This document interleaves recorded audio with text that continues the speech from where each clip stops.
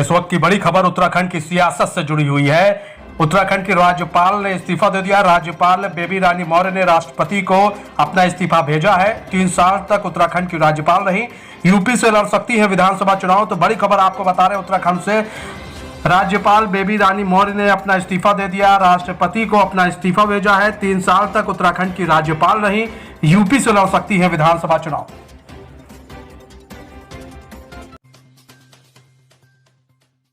इसी बीच हमारे साथ वीरेंद्र रावत जुड़ चुके हैं, जो कि उत्तराखंड के पीसीसी कांग्रेस कमेटी के सदस्य भी हैं। वीरेंद्र रावत जी, हमारे चैनल में स्वागत है आपका। नमस्कार, धन्यवाद। वीरेंद्र रावत जी, बेबी रानी मौर्य ने इस्तीफा दे दिया, जो उत्तराखंड की राज्यपाल है। उन्होंने राष्ट्रपति को अपना इस्तीफा सौंप दिया है। बताया जा रहा है कि यूपी विधानसभा चुनाव उनको लड़ाया जा सकता है। 2 मुख्यमंत्री बदले जा चुके हैं, उसके बाद राज्यपाल का इस्तीफा देना क्या दर्शाता है इस वक्त उत्तराखंड की राजनीति में? भाजपा को लगता है उत्तराखंड राज्य को बार बार संवैधानिक संकट में डालने का शौक पड़ चुका है। पहले ही 2 मुख्यमंत्री ये बदल चुके हैं, जबकि मैं समझता हूँ उस चीज की कोई आवश्यकता थी नहीं। और आज जिस तरीके से राज्यपाल महोदया ने इस्तीफा दिया है, हालांकि ये भाजपा के परिवार का मसला है, लेकिन ये बार बार क्यों हमारे प्रदेश को संवैधानिक संकट में डाल रहे हैं, मुझे ये समझ में नहीं आता है। अच्छा वीरेंद्र रावत जी, क्या आपको क्या लगता है कि ये जो उत्तराखंड की राजनीति है, ये उत्तराखंड की राजनीति में इस तरह अक्सर तो देखा नहीं जाता है, कम ही देखा गया है। और जब बीजेपी गवर्नमेंट आई है उसमें देखा जा रहा है कि 2 मुख्यमंत्रियों को बदल दिया गया, अब राज्यपाल इस्तीफा दे रही है। तो इससे कहीं ना कहीं जो उत्तराखंड की जनता है उसके ऊपर असर पड़ता है। देखिए, 2017 में उत्तराखंड की जनता ने प्रचंड बहुमत से भाजपा की सरकार बनाई। और उस समय जनता को ये लग रहा था, जिस प्रकार से प्रधानमंत्री महोदय ने जगह जगह जाके कहा कि आप डबल इंजन की सरकार बनाइए और उसका लाभ उत्तराखंड नवोदित राज्य उत्तराखंड को मिलेगा। लेकिन पिछले अब 4.5 वर्ष इनकी सरकार को हो चुके हैं। 2 मुख्यमंत्री बदल चुके हैं, तीसरे मुख्यमंत्री आए हैं। आज तक ना तो बेरोजगारों को रोजगार मिला, बेरोजगारी पूरे देश में उत्तराखंड में सबसे चरम पर है, भ्रष्टाचार सबसे चरम पर है और महंगाई सबसे चरम पर है। तो उत्तराखंड की जनता अपने आप को ठगा हुआ महसूस कर रही है। ये इन्होंने ऑल वेदर रोड की बात कही। आज ऑल वेदर रोड के क्या हालात हैं आप देख सकते, खुद ही जानते हैं इस बात को कि बार बार जो है यात्री जब निकल रहे हैं तो ऊपर से बोल्डर गिर रहे हैं, पत्थर गिर रहे हैं, जिससे हमारे लोगों की जान सुरक्षित नहीं है। आज पहाड़ के कई क्षेत्र ऐसे हैं जिनका लिंक जो है वो राजधानी से कट चुका है। तो ये सरकार जो है हर मोर्चे पर फेल हो चुकी है। और 2022 का जो चुनाव होगा वो निश्चित रूप से एक नए सूरज का उदय होगा उत्तराखंड में और कांग्रेस से सरकार बनने जा रही है। अच्छा, आपने लैंडस्लाइड की बात कही है, किस तरह से रोका जाएगा? क्योंकि हरीश रावत के समय भी इस तरह की चीजें होती रहती थी, अब भी इस तरह की चीजें हो रही हैं। तो इसको रोकने के लिए क्या प्रावधान है, कैसे रोका जाए? क्योंकि इससे काफी चीजें को नुकसान होता है। इसमें जो एजेंसियां काम कर रही, चाहे पीडब्ल्यूडी हो चाहे दूसरी एजेंसी हो, उसमें एक मानक होता है। मानक ये होता है कि उसमें एक विस्फोटक रखा जाता है, विस्फोटक विशेषज्ञ जिसको कहते हैं, जो बताता है कि भाई कितना विस्फोट आप करें ताकि हमारे पहाड़ की जड़ें ना हिलें। लेकिन ये लापरवाही अधिकारियों की भी है और इसमें जो है जो ठेकेदार हैं वो उस मानक को वो नहीं करते, टेक्निकली उसको अप्लाई नहीं करते हैं। अगर वो अप्लाई करें तो इस तरह की समस्या नहीं आएगी।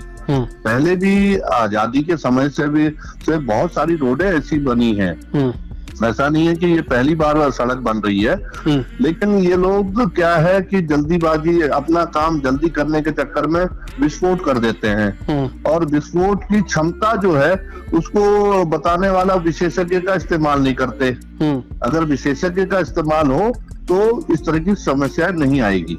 इस तरह की समस्याएं नहीं आएगी। अच्छा, 2022 में इलेक्शन होने वाले हैं, आपको क्या लगता है कि उत्तराखंड क्या एक बदलाव देखेगा या फिर बीजेपी पर फिर से लोग भरोसा करेंगे? क्योंकि बीजेपी भी पूरी एरी चोटी का जोर लगा रही है, कांग्रेस भी लगा रही है, तमाम तरह के मुद्दे हैं जो कि कांग्रेस जनता के सामने रख रही है, लेकिन क्या उन मुद्दों को भुना पाएगी कांग्रेस? सबसे बड़ा सवाल यही, क्योंकि पिछले बार भी यही हुआ था कि कुछ अंतःकलह की वजह से और कुछ मुद्दों की वजह से कांग्रेस पीछे रह गई और बीजेपी ने बाजी मार ली थी।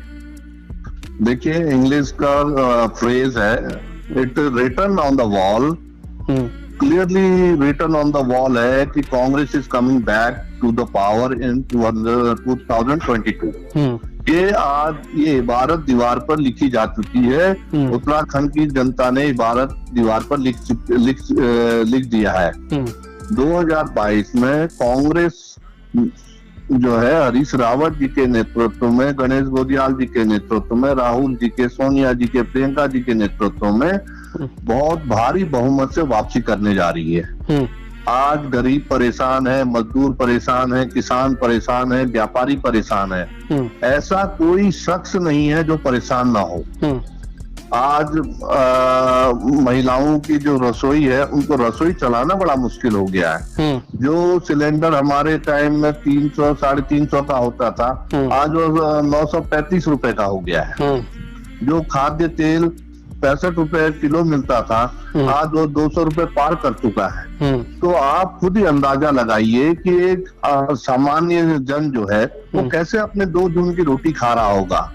जबकि एक कोरोना काल भी पिछले लगभग 2 वर्षों से हर क्षेत्र जो है इससे प्रभावित रहा है। तो आप खुद ही समझ सकते हैं कि आज क्या हालात हैं। सरकार को, राहुल गांधी बिल्कुल सही कहते हैं कि गरीब के खाते में पैसा आप डालिए, लेकिन ये लोग क्या कर रहे हैं कि 20 लाख करोड़ का हमने पैकेज बनाया, क्योंकि वो पैकेज तो हवा ही है। उस पैकेज में इन्होंने बैंकों को पैसा दिया और बैंकों से ये कह दिया कि भाई आप जनता को लोन दीजिए, लेकिन लोन के तो अपने मानक होते हैं भाई। जो ऋण देते हैं उसके अपने मानक होते हैं। अब आम गरीब आदमी उस मानक को कहाँ पूरा कर पाएगा?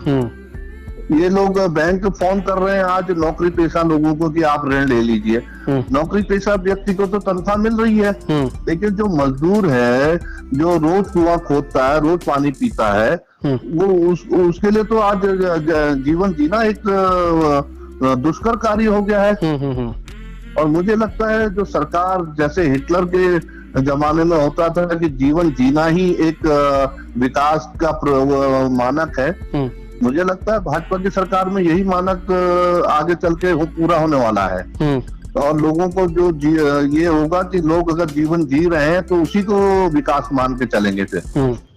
तो जनता आज अपना मन बना चुकी है। 2022 में भारी प्रचंड बहुमत से उत्तराखंड में कांग्रेस की सरकार बनने जा रही है। उत्तराखंड में भारी बहुमत से कांग्रेस बनेगी और कुछ बदलाव देखा जा सकता है उत्तराखंड में 2022 के चुनाव में। धन्यवाद वीरेंद्र जी, हमारे साथ आप जुड़े और अपना बहुमूल्य समय हमें दिया। तो हमारे साथ कांग्रेस नेता वीरेंद्र रावत जी जुड़े हुए थे, जिन्होंने बताया कि 2022 में किस तरह से कांग्रेस फिर से दोबारा लौटेगी और जिस तरह से मुख्यमंत्रियों द्वारा इस्तीफा दिया जा रहा है। आज बेबी रानी मौर्य जो कि राज्यपाल हैं उत्तराखंड की, उन्होंने इस्तीफा दे दिया है। तो उन्होंने बताया कि ये सब चीजें कहीं ना कहीं जनता को प्रभावित करती हैं। धन्यवाद।